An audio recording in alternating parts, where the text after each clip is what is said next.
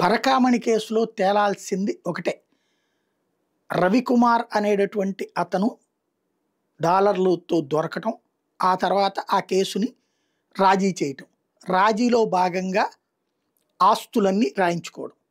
బేసిక్‌గా చట్ట ప్రకారం అయితే దొంగతనం కేసులో ఫస్ట్ సారి దొరికినటువంటి సందర్భంలో అతనికి పెద్దగా శిక్ష పడదు. 15 రోజులో, నెల రోజులో శిక్ష ఉంటది. అదే సందర్భంలో ఆ కారణంగా అతను ఆల్రెడీ ఏళ్ల తరబడి దొంగతనం చేస్తున్నాడని చెప్పినా ఆ కేసుకి సంబంధించి ఫస్ట్ సారి దొరికింది ఇంతే కాబట్టి ఏం చేయలేరు. లేదు దాంట్లో సీరియస్‌గా తీసుకోవాలంటే ఇన్ని సంవత్సరాల నుంచి దీంతోనే చేశాడు అన్నటువంటి విషయాన్ని ధృవీకరించి శిక్షింపజేయాలి. అప్పుడు ఒక 3 ఏళ్ళో, 4 ఏళ్ళో జైలు శిక్ష పడేది. అది కూడా వెంకటేశ్వర స్వామికి సంబంధించినటువంటి ఆస్తులని దోచుకునే ప్రయత్నం చేశారు. ఆ ప్రయత్నం చేయలేదు. ఆ కుటుంబం ఏదైతే ఆ జీఎం గారి ఆశ్రమం కుటుంబం అన్నది, అట్లాగే వీళ్ళకి సంబంధించినటువంటి బ్రాహ్మణ కుటుంబం అన్నటువంటి దాంతో వాళ్ళని వదిలిపెట్టారు. వాళ్ళ ఆస్తులన్నిటిని స్వామివారి పేరుకి రాయించారు.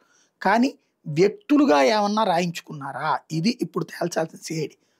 రాజీలో తప్పేమీ లేదు. ఎందుకంటే 15 రోజులు శిక్ష పడేదానికంటే దాదాపుగా వందల కోట్ల రూపాయలు అన్నట్టు. అట్ ద సేమ్ టైం భగవంతుడు వాళ్ళని ఇప్పుడు శిక్షించాడు. ఇప్పుడు ఆ కుటుంబం పరువు రోడ్డున పడింది. వాళ్ళ బంధువర్గాల్లో గాని, వాళ్ళ సన్నిహితుల్లో గాని ఇప్పుడు రోడ్డున పడినట్టే. ఈ వ్యవహారం బయటకు వచ్చినప్పటి నుంచి వాళ్ళు తలెత్తుకోలేనటువంటి పరిస్థితి. ఎందుకంటే ఆ సామాజిక వర్గంలోనే మొత్తం తలెత్తుకోలేనటువంటి పరిస్థితి ఉంటుంది. అట్ ద సేమ్ టైం ఇప్పుడు జరిగింది ఏంటి అంటే అక్కడ శిక్షించేశాడు భగవంతుడు అక్కడ.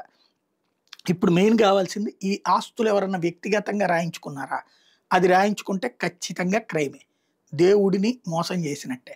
అలా కాకుండా జరిగి ఉంటే తప్పేమీ కాదు. ఇది ఏం తేలుస్తారనేది చూడాల్సింది.